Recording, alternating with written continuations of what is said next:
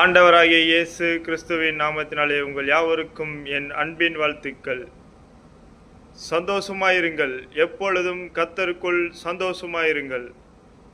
இன்றைக்கான தேவனுடைய வார்த்தை இளைப்படையாமல். இன்றைக்கான தேவனுடைய வார்த்தை இளைப்படையாமல்.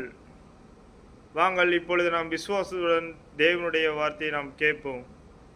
நீ சகித்து கொண்டிருக்கிறதையும் பொறுமையாயிருக்கிறதையும் என் நாமத்தின் நிமித்தம் இளைப்படையாமல் பிரயாசப்பட்டதையும் அறிந்திருக்கிறேன். வெளிப்படுத்தின விசேஷம் 2 அதிகாரம் 3 நாம் அநேக இடங்களில் நாம் சகித்து கொண்டிருப்போம், பொறுமையாக இருப்போம். பல பிரச்சனைகள் வந்தாலும் நாம் பொறுமையாக இருப்போம். பல பிரச்சனைகள் வந்தாலும் நாம் சகித்து கொண்டிருப்போம்.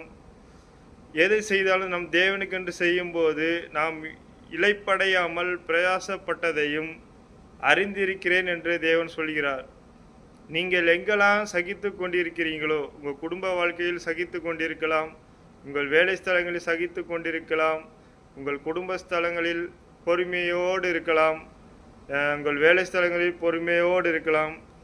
அவருடைய நாமத்தை நீங்கள் மகிமைப்படுத்தும் போது நீங்கள் இளைப்படையாமல் பிரயாசப்பட்டதையும் அவர் அறிந்திருக்கிறார். உங்கள் தேவன், நம் தேவன் அறிந்திருக்கிறபடியால் நிச்சயமாகவே உங்களுடைய சகித்து கொண்டிருக்கிறதுக்கும் பொறுமையாக இருக்கிறதுக்கும் தேவன் நிச்சயமாகவே உங்களுக்கு ஆசீர்வாதங்களை தருவார். விசுவாசிங்கள்.